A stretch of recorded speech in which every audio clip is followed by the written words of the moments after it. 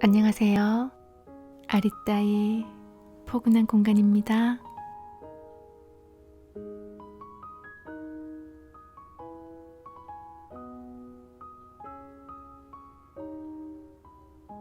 오늘은 법정 스님의 산에는 꽃이 피네 란 책을 함께 하겠습니다. 이 책은 법정 스님이 법문하시고 말씀하신 내용들을 루시안 님이 정리해서 엮은 책입니다. 그 중에서 몇 단락 함께 할게요.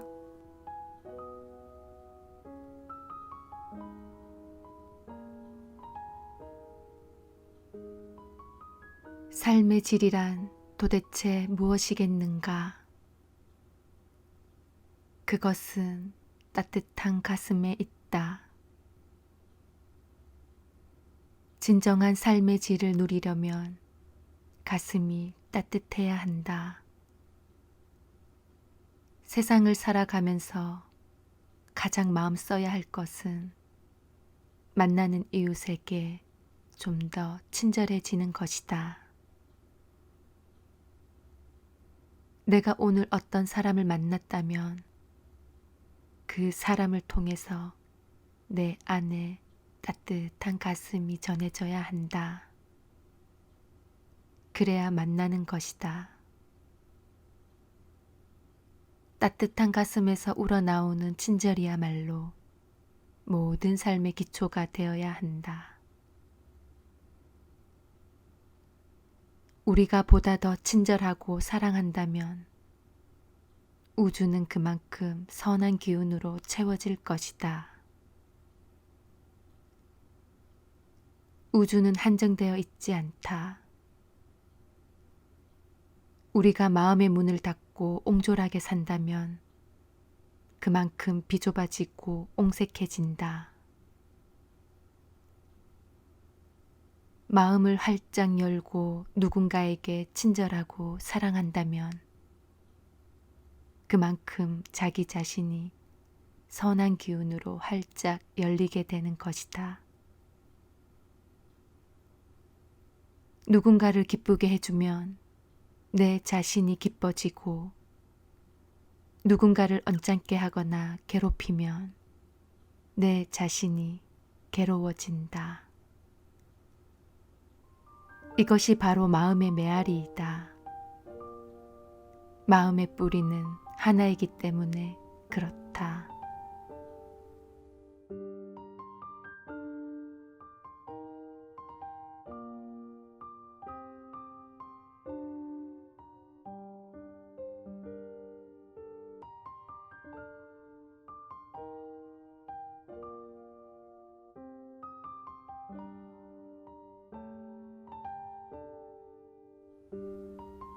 나눔의 삶을 살아야 한다. 꼭 물질적인 것만이 아니고 따뜻한 말을 나눈다든가 눈매를 나눈다든가 일을 나눈다든가 아니면 시간을 함께 나눈다든가 함께 살고 있는 공동체와의 유대가 절대적으로 필요하다. 나누는 기쁨이 없다면 사는 기쁨도 없다.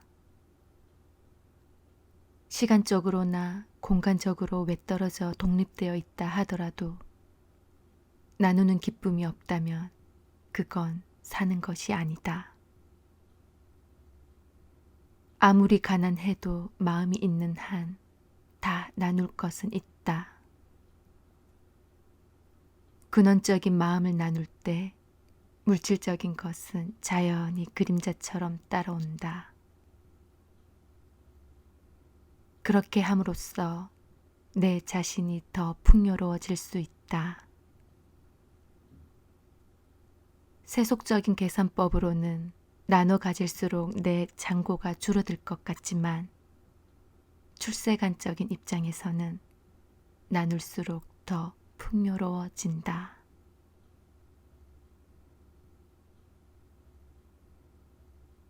내가 사는 곳에는 눈이 많이 쌓이면 짐승들이 먹이를 찾아서 내려온다. 그래서 내가 콩이나 빵 부스러기 같은 먹을 걸 놓아준다. 박새가 들어오는데 박새한테는 좁쌀이 필요하니까 장에서 사다가 주고 있다. 고구마도 짐승들과 같이 먹는다. 나도 먹고 그놈들도 먹는다. 밤에 잘 때는 이 아이들이 물 찾아 개울로 내려온다. 눈 쌓인 데 보면 개울가에 발자국이 있다. 토끼 발자국도 있고 노루 발자국도 있고 멧돼지 발자국도 있다. 물을 찾아오는 것이다. 그래서 내가 그 아이들을 위해서 해질녘에 도끼로 얼음을 깨고 물구멍을 만들어 둔다.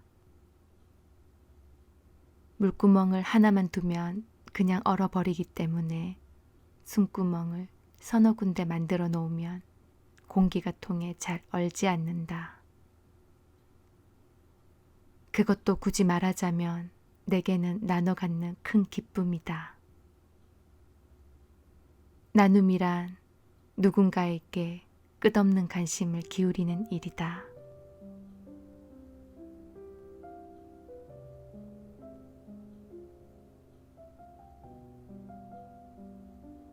나눔이란 누군가에게 끝없는 관심을 기울이는 일이다.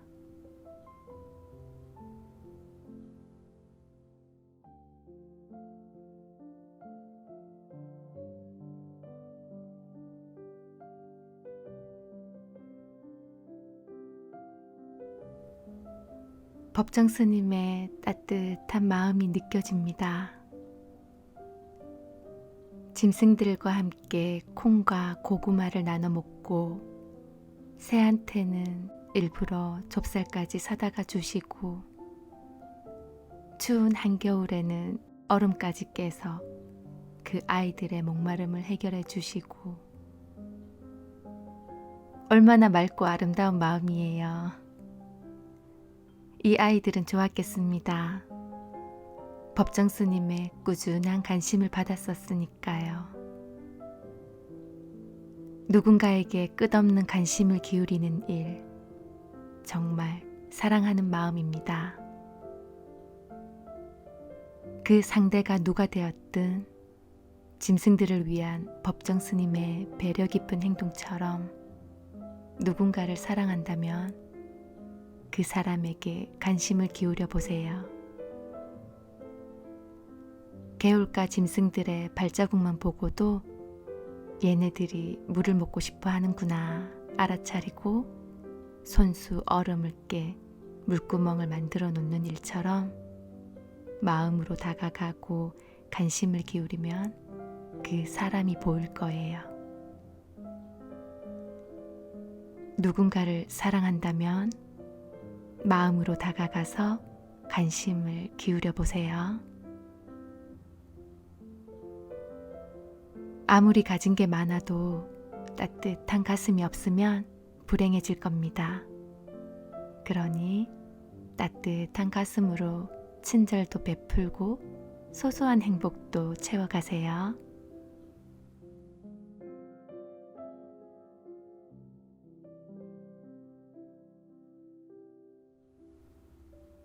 이 세상에서 영원한 것은 아무것도 없다. 어떤 어려운 일도, 어떤 즐거운 일도 영원하지 않다. 모두 한때이다. 한 생애를 통해서 어려움만 지속된다면 누가 감내하겠는가? 다 도중에 하차하고 말 것이다. 모든 것이 한때이다. 좋은 일도 그렇다. 좋은 일도 늘 지속되지 않는다. 그러면 사람이 오만해진다. 어려운 때일수록 낙천적인 인생관을 가져야 한다. 덜 가지고도 더 많이 존재할 수 있어야 한다. 이전에는 무심히 관심 갖지 않던 인간관계도 더욱 살뜰히 챙겨야 한다.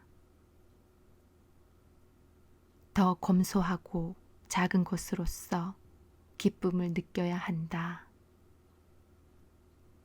우리 인생에서 참으로 소중한 것은 어떤 사회적인 지위나 신분, 소유물이 아니다. 우리들 자신이 누구인가를 아는 일이다. 나는 누구인가? 스스로 물어야 한다. 이런 어려운 시기를 당했을 때 도대체 나는 누구지? 나는 누구인가? 스스로 물어야 한다. 우리가 지니고 있는 직위나 돈이나 재능이 중요한 것이 아니라 그것으로서 우리가 어떤 일을 하며 어떻게 살고 있는가에 따라서 삶의 가치가 결정된다.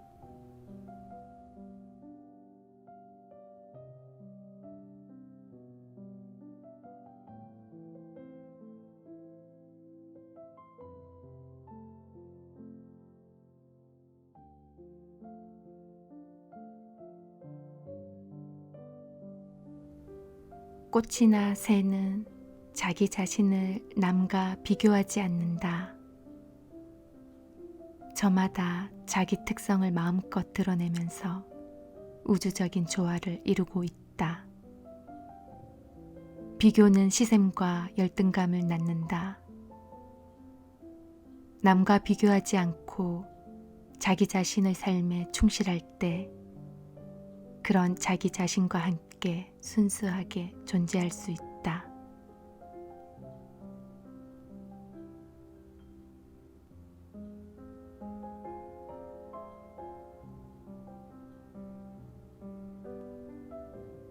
남과 비교하는 일, 참 어리석은 일이죠.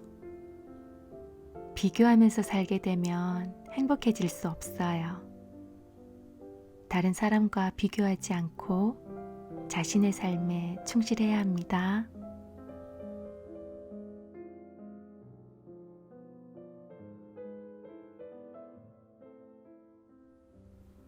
행복은 늘 단순한 데 있다. 가을날 창호지를 바르면서 아무 방해받지 않고 창에 오후의 햇살이 비쳐들 때 얼마나 아늑하고 좋은가. 이것이 행복의 조건이다. 그 행복의 조건을 도배사에게 맡겨버리면 자기에게 주어진 즐거움을 포기하는 것이다. 우리가 할 수 있는 일은 우리가 해야 한다. 도배가 되었든 청소가 되었든 집 고치는 일이 되었든 내 손으로 할 때 행복이 체험된다. 그것을 남한테 맡겨버리면 내게 주어진 행복의 소재가 소멸된다.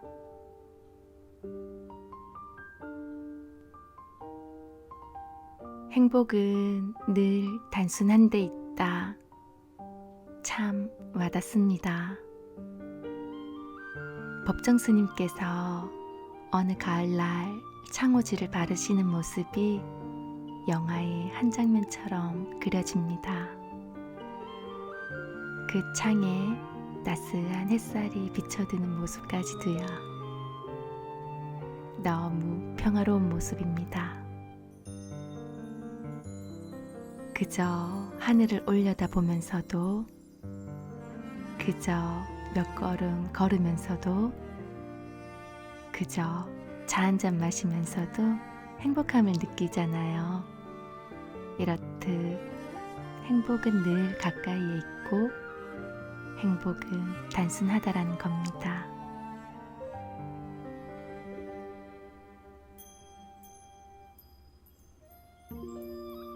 행복은 늘 단순한 데 있다.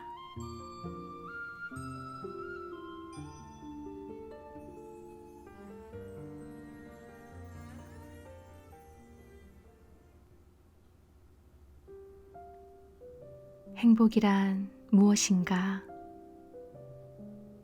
밖에서 오는 행복도 있겠지만 안에서 향기처럼 꽃향기처럼 피어나는 것이 진정한 행복이다.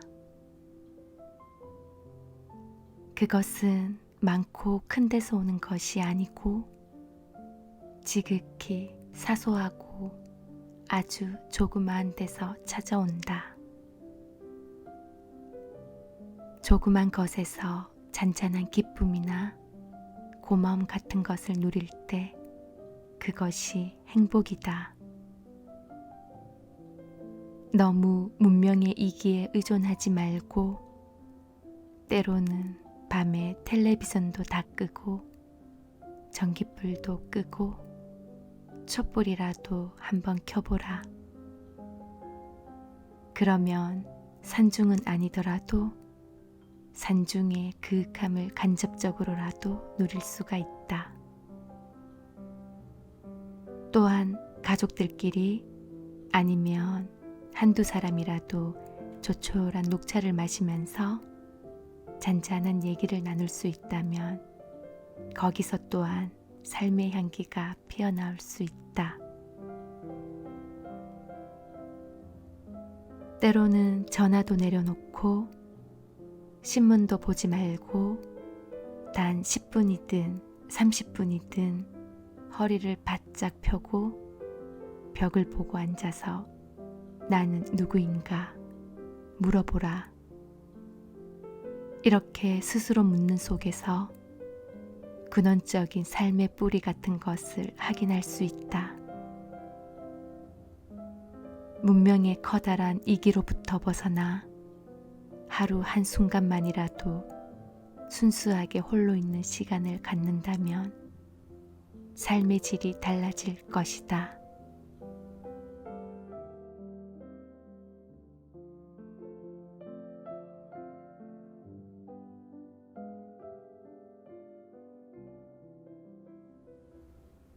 요즘 어딜 가나 모두가 핸드폰을 만지고 있는 풍경이죠. 지하철에서나 식당에서나 카페에서나 심지어 길거리에서조차도 모두가 핸드폰을 보고 있습니다. 핸드폰이 마치 다인 것 마냥 핸드폰을 안 보면 불안해들 하죠. 때로는 그냥 핸드폰을 내려놓으세요. 혼자의 시간일 때는 조용히 명상의 시간을 가져도 좋고 그저 아무 생각 없이 고요함 속에 잠깐이라도 머무르면 머리가 맑아집니다. 식당에서나 카페에서나 누군가랑 함께일 때는 그 사람에게 집중하세요. 함께 밥을 먹거나 차를 마시는데 각자 핸드폰을 보면서 대충 대화하지 말고 앞에 있는 사람을 보면서 대화를 하세요. 굳이 이런 저런 말을 안 하더라도 누군가랑 함께인 자리면 핸드폰을 잠시 내려놓으세요. 핸드폰을 보고 있으면 할 말도 사라지게 합니다. 핸드폰이 없으면 안 되는 요즘 바쁜 세상 속에서 가끔씩은 핸드폰을 내려놓고 차 한 잔 마시는 여유를 가졌으면 합니다.